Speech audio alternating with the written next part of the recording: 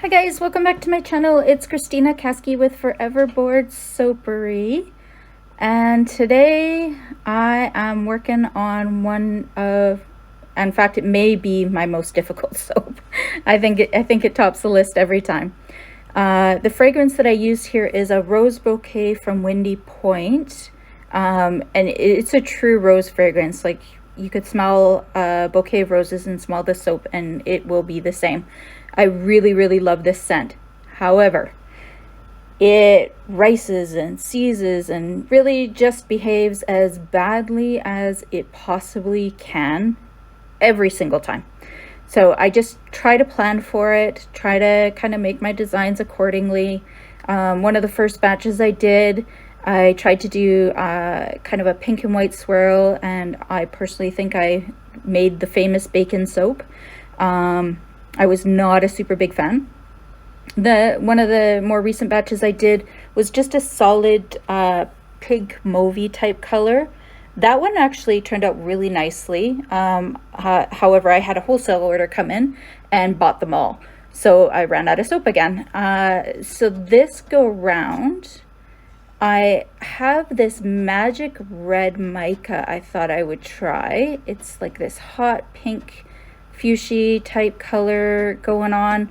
I thought it was going to give me this most beautiful pink soap, but well, almost the same color as my gloves. No, a little bit more on the fuchsia side, but it didn't work out quite the way I had planned. I don't think the soap ever does. The rose is just, it's always a big surprise for me as to what's going on. You can see me there just going do do do do do. Just getting everything incorporated here into emulsification. I've added in my lye, my kaolin clay, my oils, my goat's milk. Everything's kind of in there ready to go, and I'm going to move very quickly. So if you want to see how bad this seized up, you might have to pause the video just to kind of see. Hopefully you'll be able to see everything as I'm pouring it and how it starts clumping in there. And it's kind of in real time for I haven't sped it up or anything when it comes to the pour, so you can see how quickly I was forced to move. One of the things I would change for next time is I'd actually incorporate my colorant, my mica, first, make sure I get the color that I want, and then add the fragrance oil, knowing that fragrance oil seizes as much as it does. Just save it to the very last step and make sure everything else is the way I want it to be. But aside from that, my goal was to have the pink on the bottom layer. I wasn't going for straight lines or anything like that, just getting it in there, and then topping it with a nice white color. And the white I chose not to add any fragrance oil to, just to give me that extra time to be able to pour it on. Definitely a smart move here, because by the time I started pouring the white on top, my pink had already hardened. In fact, towards the end, when I'm using the skewer to texture the top of the soap, I can actually feel the pink underneath is like hard already. It wouldn't be something that I could drag the skewer back and forth through. I'm only going through the white. So it was definitely a smart step there, just to keep the colorant out of that while I mixed up the pink. So I did decide to do the white first here. Again, very proud of myself on this step. Have the white ready to go, and use the pink first, ready to go, and then adding the pink afterwards worked out really well as well. Just kind of being prepared in every step that I could for that pink to seize, knowing that the fragrance was going to do it. Again, the only thing that I would probably feel like I could have prepared just that step further was adding the colorant first. Basically what happens with the pink is it comes out more of kind of it's a nice pink. It's a lighter pink.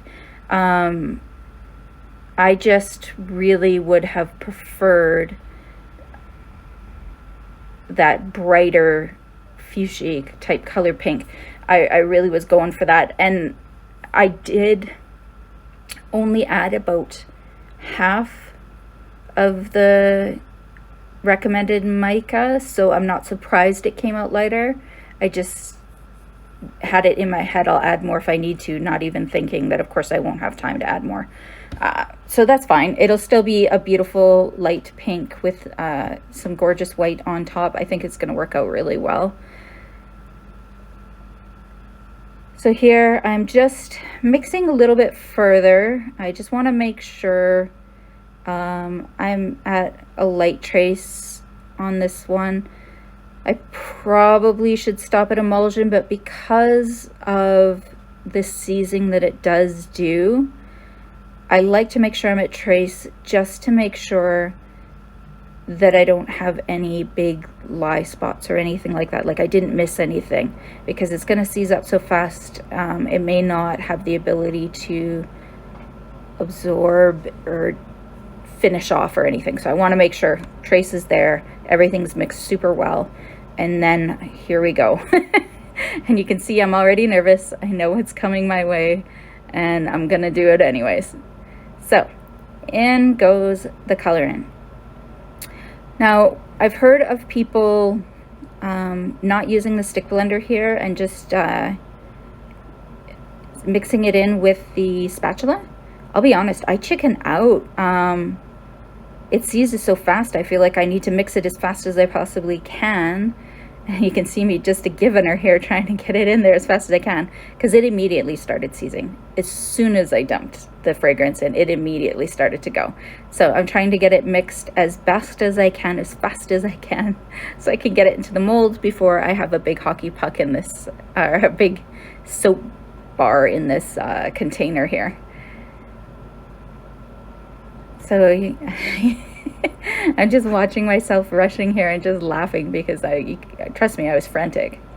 Now, if you keep a close eye here, you might be able to see all the clumps, and just, wow, it's just not pretty. Even looking at the container itself, that just looks awful. There's nothing pretty about it. But as I said, the color there, it's not a bad color. It's just not quite the color I was going for, but it is a nice color for sure. So here, just getting it in there, and truthfully, like, as I've already poured them in there, they're already starting to harden in the molds. Like, it's moving so quickly. I wouldn't be surprised if this one tried to volcano. I don't think that it will, because I have the white on top. I don't think it'll have that ability to get that hot and volcano, but man, it wouldn't surprise me if it did. It just, everything about this fragrance is just, it's tricky. But the smell is absolutely amazing. Like, truly just the most amazing smell. Everybody, every one of my clients who is a rose fan adores this soap.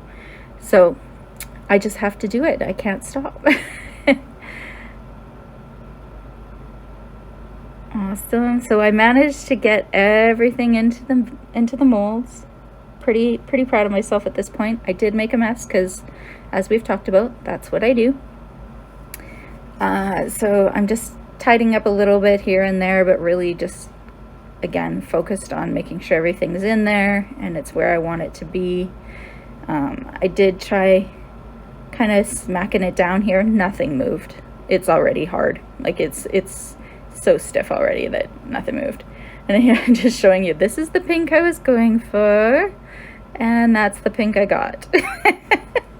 It's not super excited about it, but whatever. Yeah, so this is how I roll sometimes.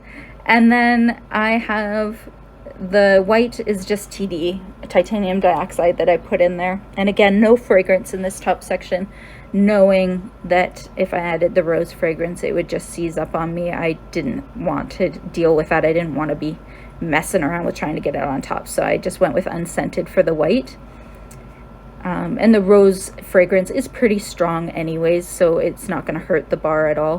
One of the other things too is this particular fragrance is actually only at a percentage rate of 2.87%. So quite a lot less fragrance, but trust me, the scent still comes through good and strong in soap. There's no problem with that limited amount of fragrance by no means.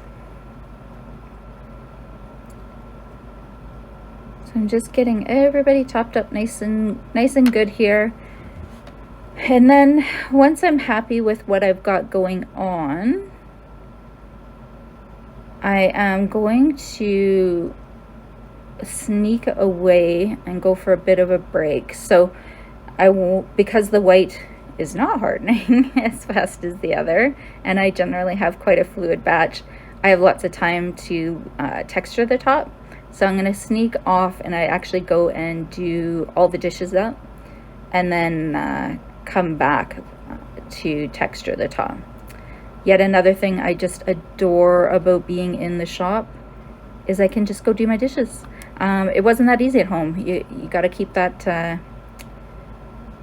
I had a room I specifically made my soap in, and so of course I had to go make sure the kitchen was clean in order to bring my soap dishes in there, and then wash the soap dishes and then get them out of there before the kitchen got dirty again. And it was a whole process. Whereas now I just literally turn around to my lovely sink behind me there and get her done. So I came back here and I thought I would texture the top with just the figure eights. I didn't think it needed anything too extravagant, just a little texture to add to the bar. I think next time I might try, we'll see how creative I get. I make my own melt and pour soap. I think I would love to do some little mini roses if I could, and do a little bit of a rose decoration on the top of it. But at the moment I'm pretty happy with having a plain bar, I guess, right? Yeah, everybody seems to really gravitate towards that simple bar. So I'm okay with that, but I think I might try and have a little fun with the top next time, since I can't have any fun at all swirling the inside of it because that fragrance just won't allow it.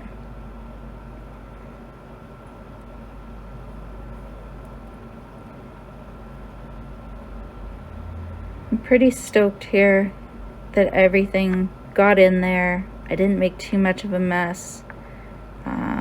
The rose is finally done. It's been on my mind for a couple weeks now that I need to get this done, and I just haven't been getting to it. So I'm happy to have that off my plate. I think I have a lilac in bloom coming up next. I'm trying to get these done for Mother's Day, and I'm just going to check the reviews here. It's like a lily in the valley and a sweet rose and lilac, so kind of great.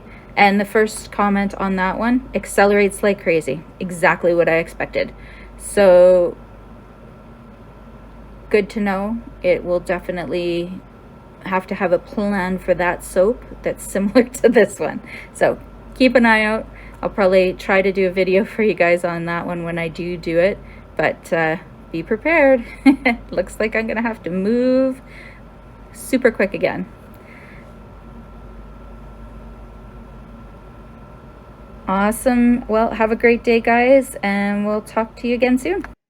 Hey guys, just wanted to sneak in the cut real quick here at the end. It was very interesting. So this rose bouquet scent, you'll notice kind of as I'm cutting it, I keep smelling it. It was smelling kind of burnt, and I don't know if maybe it got too hot and burnt the fragrance, or if the milk in it by chance got burnt. I was a little bit stressed about it, but I will say a couple days have passed now, and that smell has gone, and it does just smell like rose bouquet now. So not quite sure what that was. That was something different. I feel like I've had it before on other scents, but it worked out. The color's not quite what I wanted, as we talked about. I'll definitely mix in the color first next time before I add in the fragrance. But overall, it came out pretty good. It hardened up pretty pretty hard. In fact, on the third loaf that I cut, I actually broke my wires and I have to replace my wires. But overall, it turned out pretty good. Talk to you soon. Bye.